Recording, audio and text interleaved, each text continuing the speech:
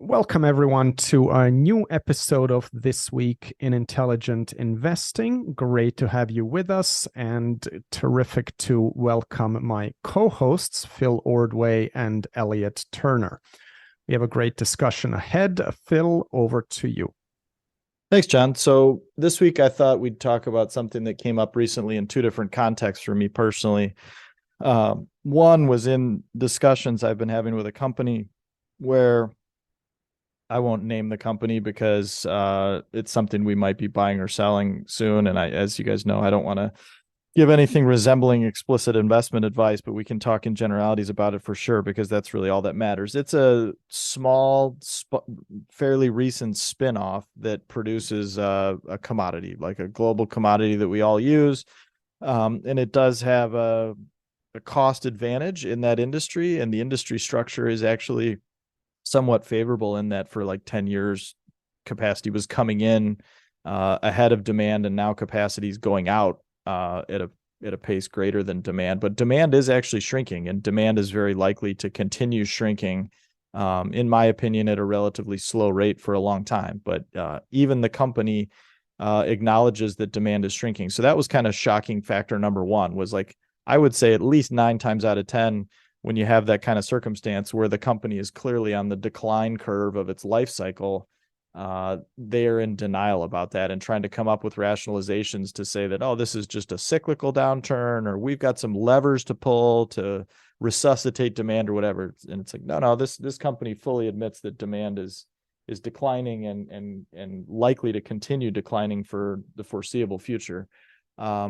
And then the second thing that popped into mind was the news. I think it was officially a couple days ago. I don't know when exactly it is, but you guys probably saw this. Netflix just recently did, or is about to any day now, ship its last ever DVD rental by mail. So for anyone who's too young to remember, because it's shockingly been 25 years, I believe this started in 1998.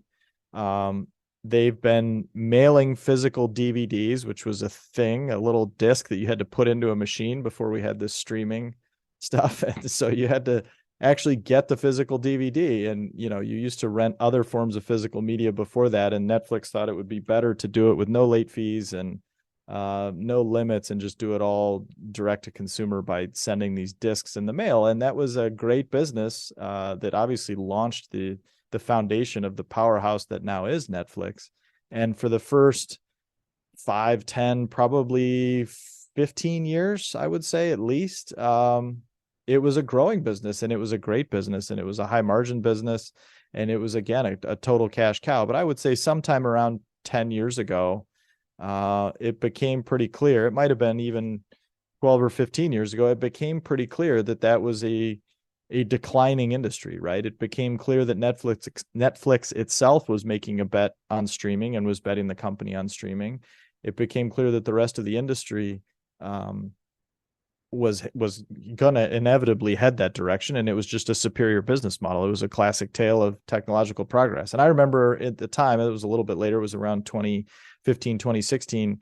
I actually had an investment first in the stock, which proved to be mediocre at best, but then in the unsecured bonds, which were kind of a home run, in Redbox, the DVD rental kiosks that some people might remember that were outside a lot of physical stores. And those actually still exist as well. But again, it has been in absolutely secular, not cyclical, decline for many, many years. And the thesis was that they were going to be able to milk a lot of beautiful cash flow out of that thing in the decline phase of its life.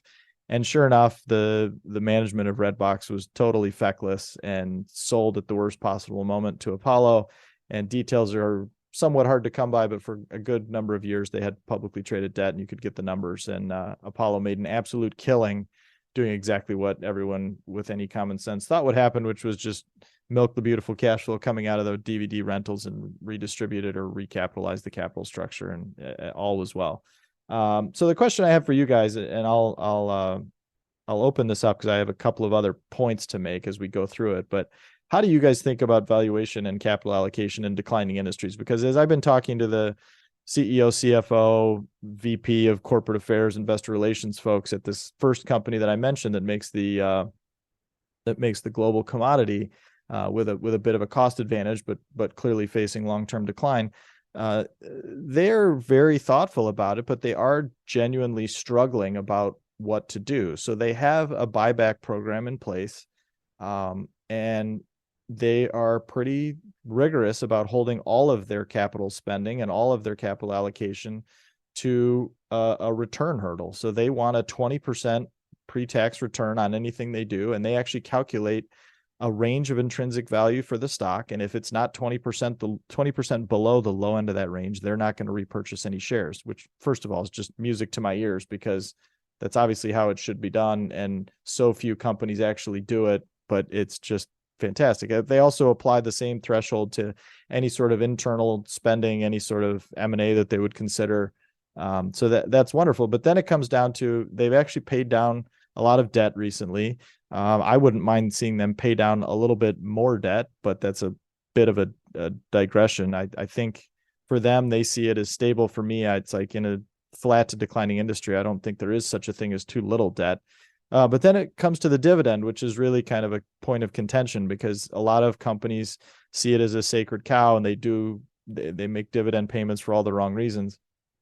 In this case, the company, I think, sees correctly that a dividend could be a good thing, because you're trying to take capital out of a declining business, and the best thing you could do is a kind of a slow motion liquidation. And I made the point to them, you guys have all heard this sermon before, that if we just banned the word dividend, the term dividend, and replaced it with liquidating distribution, people would think a lot more clearly about what it is and what's happening. And that is exactly what's happening, right? You're taking a portion of your after-tax net worth and paying out a liquidation, and you are liquidating and distributing the proceeds of your company and shrinking the size of your company by paying it out to the people that own the company. And if we owned a small private enterprise together, that would make total sense, and that would be what we do. But in bigger companies, and particularly private companies, it's like, it's not allowed. It's seen as some sort of death march or some sort of bad thing, when it's actually a very rational thing to do. So this company did just recently hike its recurring dividend, pay a special dividend, and announce a bigger share repurchase program. And my advice to them has been to study companies that have done this sort of thing really well, and to certainly study the companies that have done it very poorly. I mean, we talked quite a bit about Sears Holdings, where you had a very, very, very bright, successful fund manager pulling the strings and buying back a ton of stock at $100 a share. And, within a relatively short period of time, just march it right over the edge of the cliff, and it's gone. And, I think there's no argument to be made that billions and billions of dollars of capital wasn't wasted buying back those shares at too high a price. But again, the other interesting thing to consider here, and this is where I want your thoughts, is how much do you guys consider the rate of decline and the future forecastability of the industry versus a lot of people, and for partly good reason, I think, just say, oh, if it's a declining industry, I'm just not even going to touch it. It's too hard. I'm out, kind of thing. In this case, my view of it would be that the industry, sort of like the DVDs, actually much longer tail than the DVDs. Like, I don't see a scenario where this particular commodity completely disappears. I think it's where you have to really test your assumptions. So what I would do in this sort of scenario would be to go in and say, all right, if the top line or the quantity demand decreases at a rate of single digit percentages year over year, we can sustain that for basically the rest of my lifetime and be in pretty good shape, because the company will produce so much cash and be in such good financial condition that the investment will work out well. But if you start to get into a scenario where you're surprised by how badly things have gone, and it starts to decline at 10 or 15% a year, that ice cube can melt pretty quickly, right? And things can get ugly in a hurry. So anyway, I'll stop there. I want to get your general thoughts and reactions. Then I have some more framework to work through. Yeah, I think this is one of the most interesting topics. And you could start at the top with this idea, does a company itself know it's in decline? Or are they going to stay in denial the whole time? Will they actually acknowledge a decline?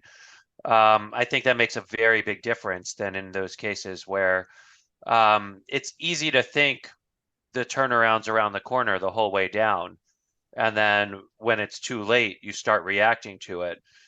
And, I guess by definition, invest at least when there's some degree of growth. So I consciously avoid industries where I feel they are in decline. I will seek out situations where I think change will happen slower than the market's expecting. There are some industries where I'd say they're priced for decline, though I don't believe a decline is inevitable. And I think they're interesting examples. I mean, the music industry, their revenues peaked in 1999, bottomed in 2014, and then it's a growth industry again. There are certain kind of assets that potentially could be repositioned. So from an investment perspective, I find that a little more interesting than when, yeah, it's just an asset that is going to decline and there's not necessarily going to be some sort of residual or terminal value in the case. I think the company you described is super interesting because not only are they cognizant about their decline, but they have a capital allocation framework. They have a valuation in mind, which is more than I'd say 99% of companies out there have of themselves. And just to be able to say, repurchases are accretive at this level versus dividends being more appropriate for our shareholders, I think says a lot about management as stewards. Yeah. And agreed. so that truly stands out. You think about Bed Bath and their repurchases the whole way down. They may have thought they were in a declining industry, but perhaps were an island of strength that would endure. They'd even, put out a lot of consultant-y jargon along the way about, omni-channel and repositioning, and decline was, I think, exacerbated and accelerated because they didn't exactly position well for a longer term, more protracted decline. They tried to shake things up and lost a lot of flexibility by levering up to repurchase before it was clear exactly how the industry might shake out for a few years. So that's the biggest challenge with decline. It's not so much, I think the valuation is probably the easiest part once you just acknowledge decline and you have a appreciation for a rate of atrophy. And I do think those assets tend to assume that the atrophy is going to be worse than the future will be. I think AOL about 20 years post peak AOL was still spitting off well into the 9 figures of free cash flow because people just don't cancel services they pay for. The morality of still charging such people is neither here nor there, but like the decline phase, it could be quite drawn out.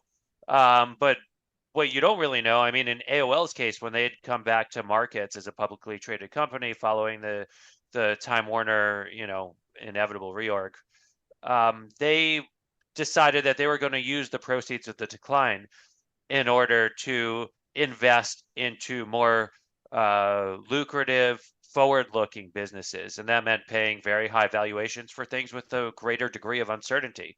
And that makes it really tough for that kind of company to get an investor base. And it makes it really unpredictable.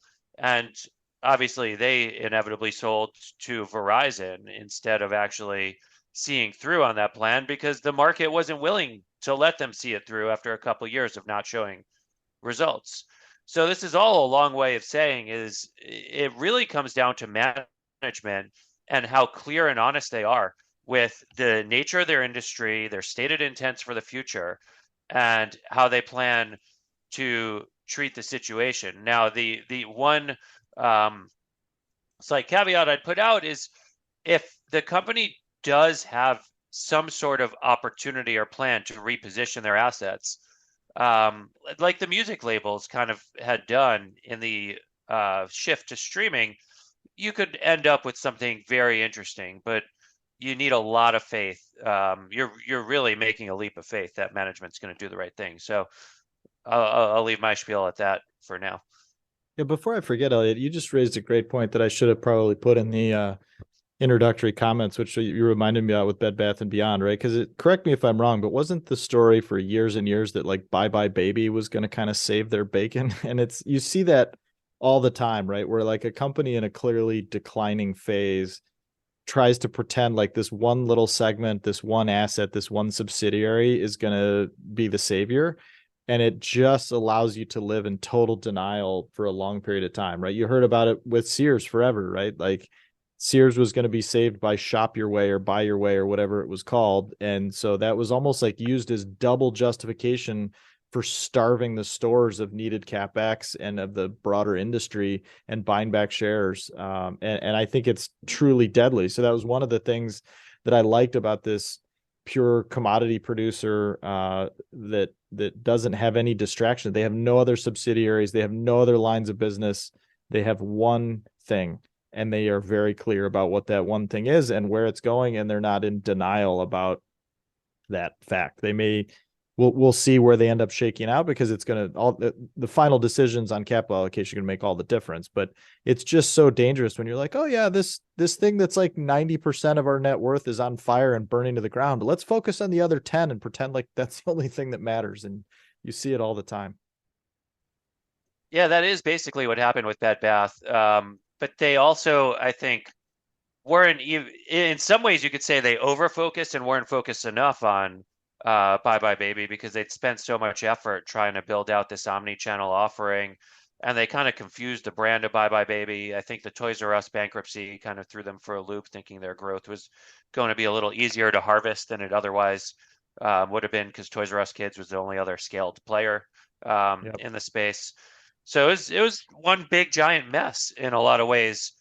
And I think that's part of what clouded management's judgment on the way down. And they had two CEOs, right? One was focused on real estate, one was focused on operations, and real estate kind of got out of focus once you shifted from no longer having to expand your store footprint to having to optimize it. And, you know, I think it was just a messy situation, but that's part of the problem with decline, because it is inherently messy if you don't see it coming, if you don't understand the nature of it, if you siphon cash flow to try to find growth along the way and it just doesn't happen, like, you could destroy a lot of what could have been very harvestable, realizable value for shareholders. Absolutely. And then, you know, there's still something of value left behind, but you don't even get to realize it because you encumber it too much. Yep. No, 100%. And that's why I said earlier, I would be completely okay with running essentially an unlevered balance sheet in something where even the most optimistic person would probably say that the top line or the quantity, the volume of production was likely to be lower in 5 and 10 years, right? I mean, if you're going to carry debt in that sort of scenario, I think you need to be very, very careful about it. And they are, the debt level in this company in particular right now is not a disaster waiting to happen, in my opinion. But when they were spun off, it was kind of a classic garbage barge spinoff where the parent, you know, this was 10 or 15% of the parents' consolidated revenue, something like that. And they put way too much debt on the subsidiary at spinoff, in my opinion. And if the management team hadn't kind of pulled a rabbit out of a hat and shrunk the debt by over a third in the first 6 quarters of life as an independent company, I certainly would have never been interested. It's interesting to think if perhaps maybe some more mature businesses should think about declining. Some more growthy businesses should think about buying some declining ones in order to harvest the cash flows and treat it as stewards through decline, find assets that they could repurpose and grow out of that. I remember a Murray Stahl paper that I'd read, you know, well after he'd written it, but it was about like, what would you do with eBay stock in 2003, which was like the post-dot-com bubble, like wave of enthusiasm in the next growthy assets in the space. And like eBay had this obscene valuation in 2003, which I think I hadn't realized because I was like too busy in college at the time. And one of his suggestions was they could use their really high price stock to acquire very, like, you know, inexpensive stock that spits off a lot of free cash flow, and then use that free cash flow to kind of like push them forward.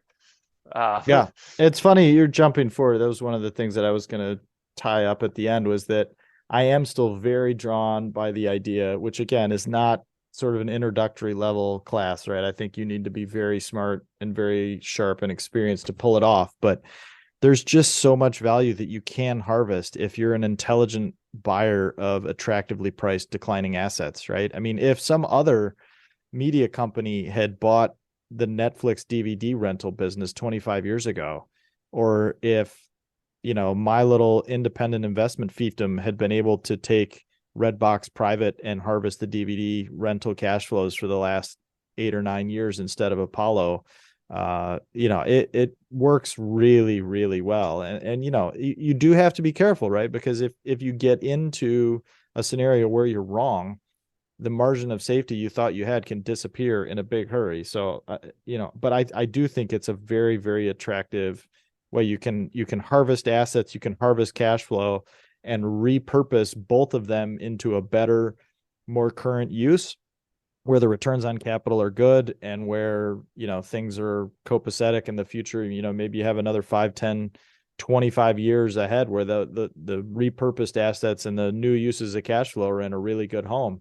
And it's just a wonderful way to do it. But that said, I mean, this is where I kind of want your take on valuation too. I generally want, if it's a mature, stable kind of GDP plus kind of growth business, I generally want a cash generation profile where I feel like I can get half or more of my cost basis, my purchase price, out of the company in true free cash flow in the first 5 to 6 to 7 years, certainly not more than like a decade, right? Unless it's a really, really attractive growth story where I feel really strongly about where the company and the industry are going to be beyond year 10, I do get really nervous when you have these tiny little cash flows, these little baby coupons that are coming in or nothing. You're burning cash for the first period of years. But don't worry, all this value that's out there in year 17, really makes the investment case. And I think that logic applies even more so in declining industries. So in this case, I would be pretty nervous if you couldn't get essentially all of your basis, all of your purchase price returned to you in allocatable free cash flow in the first 5 or 6 or 7 years, right? So, I mean, again, we're talking about very significant double-digit current yields on free cash flow to make that kind of math work. And I think it is just a requirement, a fact of life. Absolutely. And do you think in such a situation, like there's a difference between companies with tangible versus intangible asset bases? Oh yeah, sure. I mean, the good news about having a big intangible asset base is it's probably going to require less upkeep, less capital spending. I mean, again, so if you have a good view of where margins are going to stabilize or where they're going to trend as the top line is flat or declining, that can give you a much easier forecasting period, I would say, for lack of a better term. So, when you have lots of old machinery or equipment or whatever, database is something that needs to be maintained and you have to keep spending every year to just keep it in a decent place, that's not a great scenario, right? So yeah, intangibles, as in most cases, are generally a better asset to have on the Although books. maybe the counterpoint is intangibles, their revenue base could slip away a little faster. Yeah, I would say the rule of thumb that I hold to there is if your revenue base came out of nowhere and grew really quickly, it means almost by definition it can go away more quickly, right? So like this commodity that I'm talking about, that where I'm not naming the company, this is something that people have been using for hundreds of years, millennia. And so I don't see technology completely displacing it overnight. That's just not going to happen, right? So to me, the only question is this going to shrink at 2% a year or 10% a year? And so if it shrinks at 2% or something better than that, everything will be fine. You can do that math. You can create a very simple little model in your mind or a spreadsheet and say, okay, here's how this is going to wind down over the next 10 years. And if that happens over 10 years, I will have 150% of my cost basis returned to me in dividends and repurchases over that period of time, and everything will be great. If it's 10% a year, that starts to be a problem in a big hurry, right? Those numbers really compound in a negative way very quickly. And that is actually, by the way, what happened to Redbox briefly was around 2015, 2016, they had a couple quarters where the decline really accelerated and it did hit double digits. And people, for good reason, freaked out and the stock fell 50%, and then it ended up getting taken private. By the way, an interesting corollary to that is at the time, Redbox also owned Coinstar, which was the little kiosk vending machines where you put your physical pocket change in and it gives you a gift card at 90 cents on the dollar or whatever it is. And so that's another declining industry, but it was actually pretty flat, believe it or not. People's physical coins were actually declining at like 1% a year or less in most cases. And so the combination of those two declining businesses was actually pretty robust, because I would view the way people have used physical coins and paper currency as, that's been in decline. It's probably going to continue to be in decline. I have a hard time getting to where physical currency is completely gone in the next 10 or 20 years. That seems really unlikely to me. So it's something where if I could, cook up a financial model, basically, where, if paper currency declines at 2% a year, that's good. And that works for us. If it declines at 10% a year, that's a problem, right? That's the kind of framework and scenario analysis I think you have to do. And that's the kind of situation where it's really, you need high margins and you need the capacity to rein in the cost structure as you go. If you have too high a fixed cost base, like what looks like lush cash flows on the way out could rapidly disappear. Yeah, the other thing, that's a great point. And the other thing I would say is not only do you need that, and this company that I'm referring to, and certainly the Netflix DVD business, both had pretty attractive margins. They were both done at scale, both done by very shrewd operators, right? Their operations, their manufacturing operations, so to speak, was very good, very sharp. And but one thing that's really key that you can't overlook in any state is the industry structure. So again, in Netflix's case, who else was renting DVDs? I guess there were a few mom and pop rental stores, physical stores, but that's a pretty inferior model for reasons we know. There was Redbox that we just talked about, and that supply was shrinking. So you have to be really careful. Like I said, this commodity producer that I just mentioned, certainly for the prior 5 years, likely for the prior 10, coming into COVID, had actually been seeing a little bit of capacity added to the industry, which was a huge problem, right? It's really hard to fight that battle. I would want no part of that. If the industry structure weren't favorable, I just don't think I'd be interested in the slightest. So, but now the whole thing is flipped and people are actually pulling capacity out, which is actually good for the incumbent and good for the low cost operator, because if demand shrinks by, let's say demand shrinks by 5% this year and capacity falls by 6% this year, and all of that capacity is coming out from higher cost producers and not you, that's a good thing for you, right? And you just have to make sure you have that balance, right? And it sounds basic and it sounds obvious, but it's amazing how many industries and how many companies, kind of screw that up or get that backwards. Well, I think, just to echo what you guys have said, the vast majority of CEOs view themselves as, business builders and managers or leaders of companies, not as much as capital allocators. And yeah, for sure. And they tend not to be very good at capital allocation unless they really studied the topic and made it a priority. In declining industries, I think capital allocation is the key. It's much more important than in growing industries where you can kind of, reinvest in the business, hopefully at decent returns. I think in declining industries, their reinvestment rate generally is very, very low or negative. And so it's all about, returning capital to shareholders as you realize that the business is shrinking. And, that's just kind of not the DNA of most CEOs.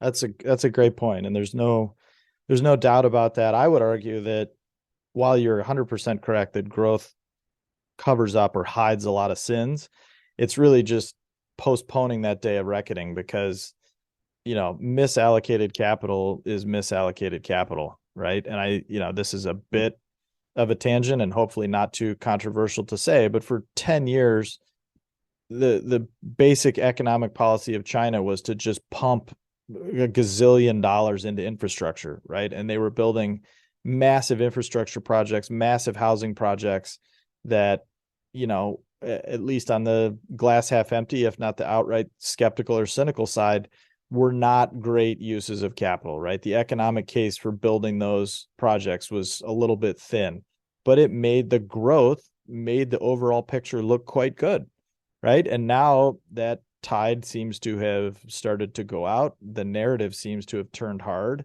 And it's like, whoa, this is a big problem. What was happening here? And it's like, well, it was always happening, right? It was always either going to work out or be a problem. And now it's just the bills coming due. And I think the same is true of growth companies. Because you're right. I mean, it's just you're forced to acknowledge the reality of it when the business is obviously in decline. But you have to be smart about it no matter where you are on that curve.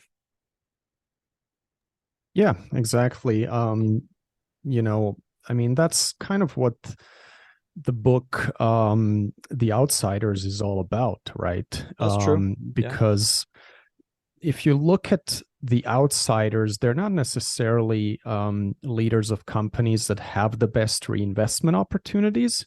These are guys are that have managed to make that calculus and return capital, whether that's dividends or repurchases, when that's a more attractive use of capital. And so, I think you can make a ton of money in declining industries. You basically can make whatever you're paying in terms of an earnings or free cash flow yield, as long as that free cash flow isn't reinvested back in the business. Yeah, exactly. It takes a unique character too to do that, though, because I'd imagine you need to have a lot of equity skin in the game. Typically, if you're managing a declining business, you're also managing your path to not having a job. So that's not something that people like very easily contemplate doing. You have to either be at a certain age, have certain like kinds of incentives geared toward being that kind of steward, but most people would try to manage their way into prolonging their job. Yeah, no, you guys both raise a good point, and it's hugely important. The psychological factors, the human being element of it.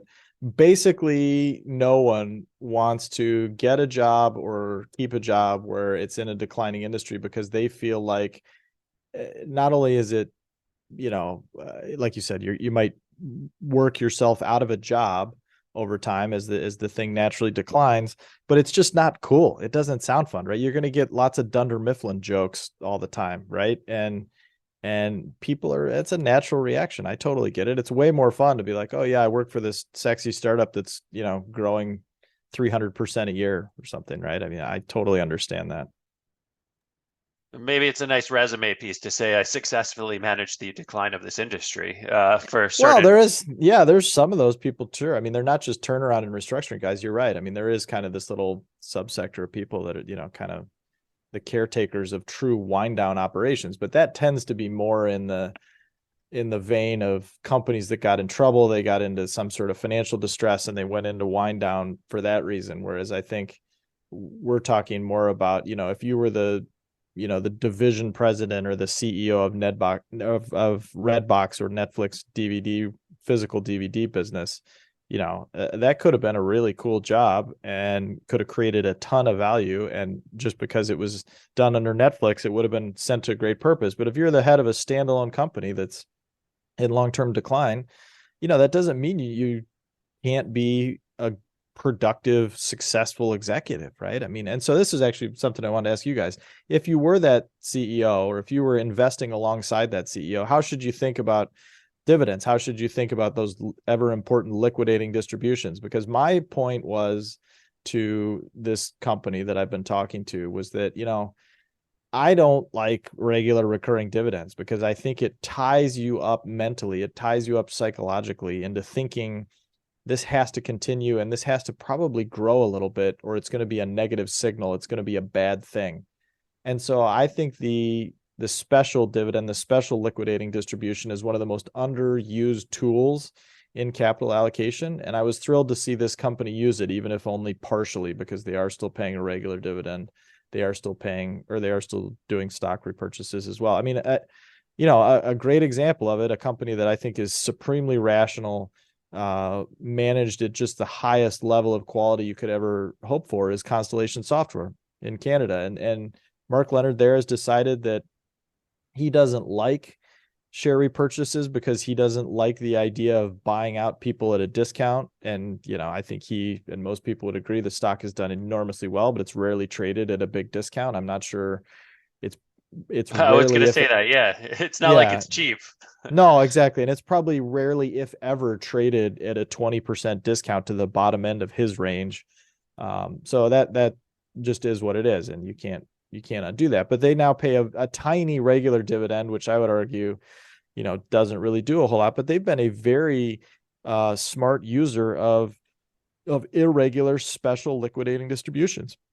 So he'll let cash pile up for a couple of years and then pay it out. And there's nothing wrong with that, because his contention is a lot of the vertical market software businesses they buy are not necessarily in outright decline, or at least initially. Some of them might be in decline now, but in aggregate, they're not. But they're certainly not growing like crazy. But then they take the cash flow and they go buy other companies that are, attractively priced, well-positioned, offer good investment prospects, et cetera. And they do enormously well with that. And then they still have cash left over at the end of it. So, I think that's just a supremely rational way to do it. And if it ever got to the point where these little vertical market software businesses were, actually dying, actually declining, I would trust them to do the right thing and to handle it quite rationally.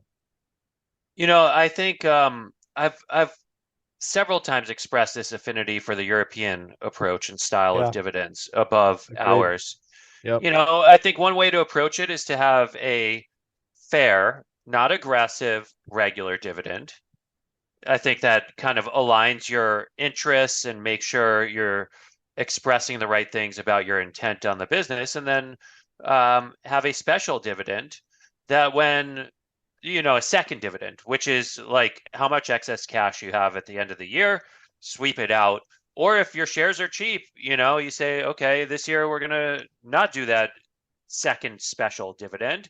We're going to actually get into the market and, tender for shares even. Right. I think that sort of behavior is a lot better and especially well suited for that kind of situation. And I had seen this study several years ago, and I don't know if I could easily recall where it was from or who it was, but companies that do special dividends that are like regular operating businesses, so forget about declining ones. Companies that do special dividends outperform. I remember seeing that. I can't prove it. I'm saying it here, echoing off something I'd not seen very frequently, but it almost makes sense intuitively that companies Sure. who end up with more cash than they'd planned for and are really disciplined about giving it back to shareholders instead of letting it pile up, instead of doing something stupid with it just because they have it and can. Right. It kind of gets to the same idea about like people don't like to manage the shrinkage of their business. You don't see many companies divest and become a lot smaller. So I think that's interesting. I think it might be something that you start seeing maybe in like the commercial REIT space. Some of these companies could sell down their portfolios. They're trading well below their book value. If they could get anything close, you start giving back some of that cash instead of recycling it into the landscape. I maybe John, you want to address this, but I had one tangent I wanted to maybe push. I think it's funny that we've talked about declining businesses. We've mentioned Netflix and Redbox, but we haven't just talked in general about media as a declining business and what consequences that might have, and what some of these companies, certainly don't think of themselves as declining businesses. They're putting a lot of resources towards trying to prevent a decline. But then you also start seeing that there are different stakeholders whose interests come into play. You end up with something like the writer's strike and very different realities that might face the business going forward than going backward. Any thoughts on how you manage that tension between are you or are you not declining, and what stakeholders do or don't deserve to get some of the fruits of that decline? Yeah, that's a tough one. I'm not sure I have a great answer. I think, generally, I'd say CEOs will kind of err on the side of we're not declining. And I think you're going to start seeing some businesses that haven't been thought of as declining businesses turn into declining businesses, thanks to, the development of AI and other technologies, I mean, some software businesses are going to turn into declining businesses. Right.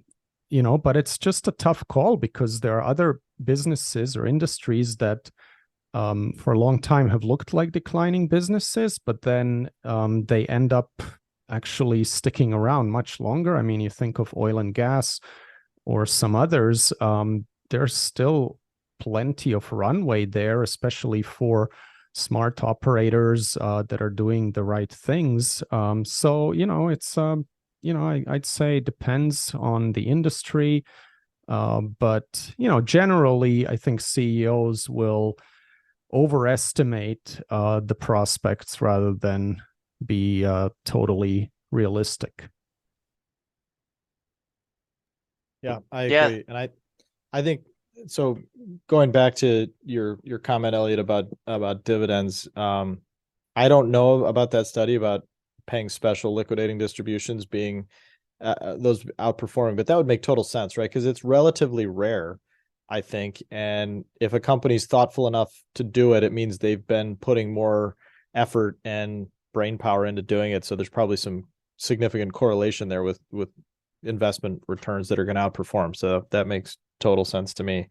And as to where companies should take this and where they should go, I mean, I think it just should be a bit of a, and we'll link to this in the show notes, but as far as I can tell, there has not been anything substantial written in this space lately. Again, this HBR article was from 1983. What is this one? This was, based off of that. There was a book that this company pointed me to that was similarly dusty and old. So it's just kind of shocking to me that this doesn't get more attention. Everybody, and I think it's just human nature, which is understandable, but everybody wants to focus on the fun stuff and the growth. And they're really missing something by ignoring the situation when they inevitably are faced with a declining industry. Yeah, the special dividend thing might be skewed by I'm pretty sure Costco is one of those companies that frequently is paid. Yeah, that's true. They've paid special. Yeah, that's true. That's Yeah, and true. it's funny to think of it as a liquidating dividend when it's really, we're so good we don't need the capital kind of dividend. So that's what I was actually going to say is that's the one thing that bothers me about paying a significant regular dividend. And so I don't know, when you said Elliot, you said you don't mind if someone pays a small or modest dividend, however you characterized it. And I would agree that's going to keep you from getting into any sort of big trouble in almost all scenarios. But then it kind of gets down to well, does it really matter? Does it really move the needle? And where I get frustrated is if you're going to pay a regular dividend, you have to acknowledge explicitly that you're tying yourself to the mast and saying, I can't be trusted with this cash flow. I can't be trusted to allocate this capital. I'm going to pay it out every 90 days just because that's the best thing to do. Whereas I would say 98% of companies do it because they think it's going to be some sort of signal that they're a quality, blue chip, stable, reputable company. And that's what their grandfathers investments did. And it's just this really bizarre, old fashioned thought process. Whereas I think the right way to think about it is if you're going to pay out some dividend every quarter, it's because you're generating more capital than you need every quarter, and you're never going to wish for it back. And so again, in Mark Leonard's case at Constellation, he probably doesn't wish that he's ever had it back because his stock has never traded at a cheap level and he's got all the capital he's ever wanted to do acquisitions. So he may not ever want it back. But then what does he do? He still, does the lion's share of his distributions via special dividends, via special liquidating distributions, which is, again, just such a smarter way to do it. How many times have you seen companies pay a regular dividend that seems relatively modest over a period of 1 quarter or even 1 year, but then all of a sudden you wake up and 3 years later, they're like, oh man, I really wish we'd had that capital back, or they go out and raise capital, or they feel a little stretched, or the balance sheet's looking a little shaky all of a sudden. And it's would it really have been so difficult, or would it really have been a sin to say, we're not going to pay that out in a dividend. We're going to let the cash accumulate for, God forbid, 24 months or 36 months or some interminable period, and then just make the decision as it comes along. I don't see why that's so difficult or so hard. Yeah, I mean, in a world without other constraints, that's definitely the optimal way. I think because of all these, quirks of human nature, it gets really hard to execute on that really well. And then I think there's one other facet that comes into play. And that's specifically, I mean, there is a massive universe of investment capital that is tied to like dividend mandates, where it cannot be invested in companies who do not have a dividend. So I do think for some companies, having that in place. That's the stuff that just drives me nuts, because those are not quality shareholders. They don't stick around over the long term. It doesn't matter. The market is not that inefficient. If you're the company, if you're the CEO or the board, it should not matter. That should never come up in conversation. You shouldn't care at all about, quote unquote, attracting those shareholders. Who cares? It doesn't matter. You're going to have shareholders one way or another. You're going to get the valuation you deserve one way or another. And if you run the company well and allocate the capital intelligently, you will do just fine and you will get the shareholders you deserve. I will never forget the first time this came up very clear. This was probably 10 or 12 years ago. This company that was relatively new to the public markets, that had been taken private and re-IPO'd, and they'd gotten through the first year or two, and they said, we really want to attract these certain type of shareholders. And they mentioned this one large, reputable, well-known institutional shareholder that I won't name. They said, these guys are really pushing us to pay a big dividend. They really want us to pay a dividend. And, they're an 8% holder of the stock, and we really want them to stick around. And it's like, okay, why? Like, what are they bringing that's so magical here? But we'll get to that in a second. So what did this company do? They passed up both a really interesting acquisition at the time and a very large buyback at a very attractive price. I mean, this would have been a stock price of, call it $20 a share, where within years, the company was very fairly revalued at 3 times that level. They passed all that up to start a big fat quarterly dividend. And do you know what the big 8% shareholder did? I'm sure they sold it. Yeah. They blew out of their entire position 6 months later. And it just pissed me off so much, because then there was no accountability for management. Like, okay, well, I told you this was likely to happen, that this was irrelevant at best. And then it happened, and these guys are gone. So where are we at now? Oh, well, blah, blah, blah. And it's just so lazy and stupid. Like, it just doesn't matter. You don't need to do that to, quote unquote, attract shareholders. And look, if you're the type of person that wants to live off of dividend income, that's great. But there's lots of ways to generate income. And there's lots of ways to generate income that's not double taxed. I do think one of the most effective arguments for that kind of behavior is there's certain kind of companies who may have acted very immaturely. And by that, I mean, like, their business hit a greater degree of maturity and they didn't grow up from like what got them there. Yeah, that's probably true. And authorizing a dividend is a good signal. It's a signal, and it doesn't have to be big, but that we acknowledge we are at a different stage in our life cycle and we are going to behave accordingly. Because I do think you kind of need certain kinds of investors to buy into that reality and that forward signal on behavior in order to give yourself time in the market to execute on that in the transitional phase. And I've seen it be like a fairly good thing for a couple companies. I've also seen it be a pretty bad thing for others, but I do think that signal has real value. And it's worthwhile when management has to build trust and credibility in a forward-looking way, where it's just not possible without time playing out. So it buys you time.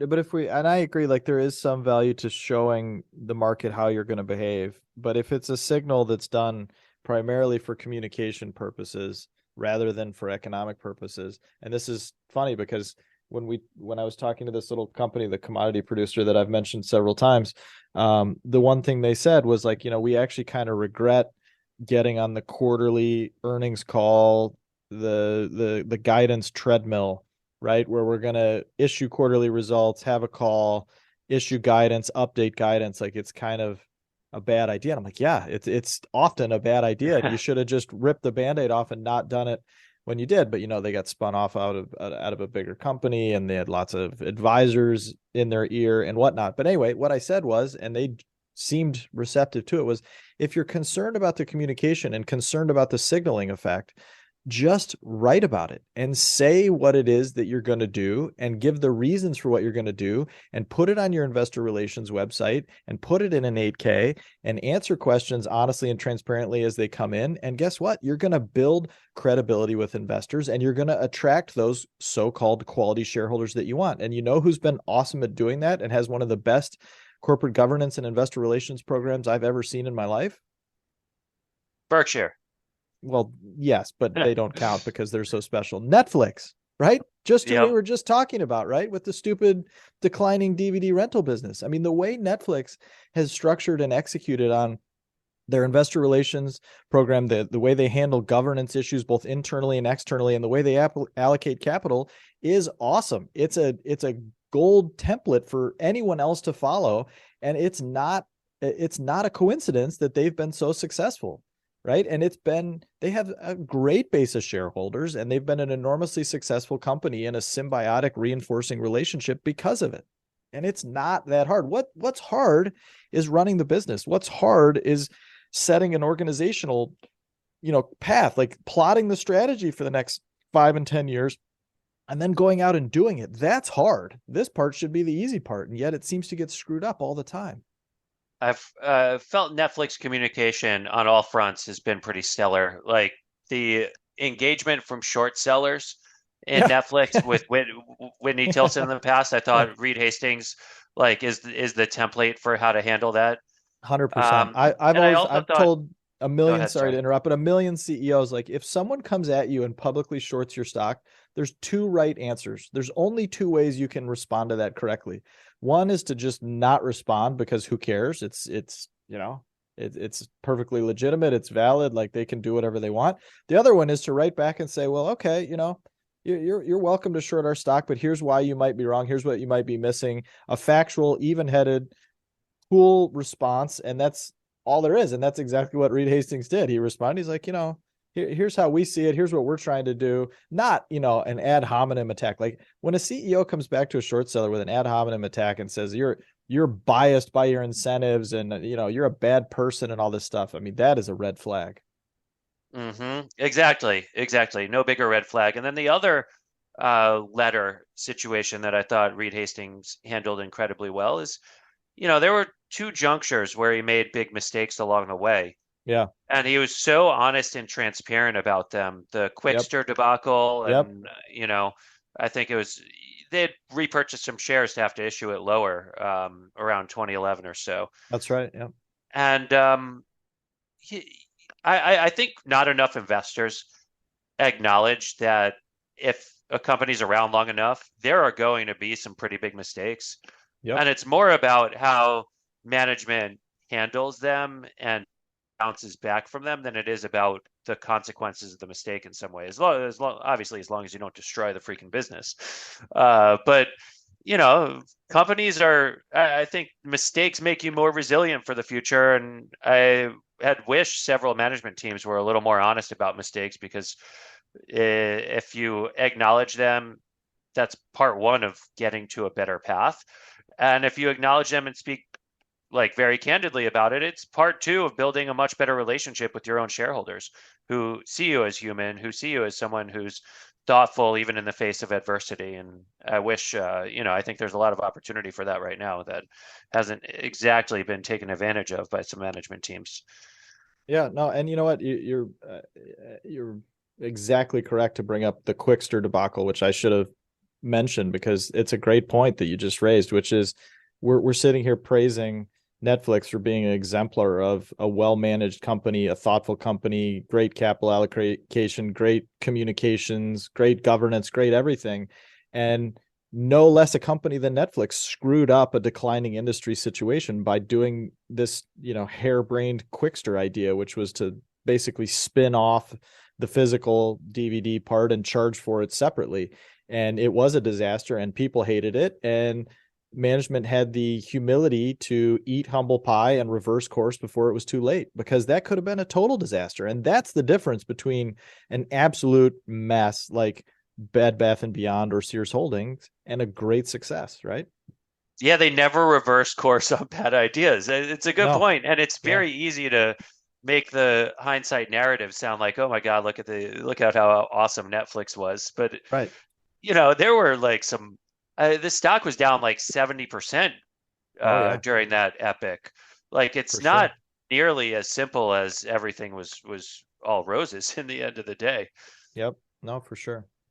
Yeah, there's always going to be problems. There's always going to be challenges and mistakes that come along. And, that's what I mean. Like in a declining business, they can get magnified, right? They can definitely get exacerbated and really sink the ship. And yeah, I mean, that's a great alternative history. The narrative that Netflix was preordained for success. If the Quickster thing had gone through, or if management hadn't been quite so shrewd about governance and capital allocation and communication, whatever. I mean, there's absolutely a scenario where they would have ceded their lead or never gotten to the promised land and built this great business.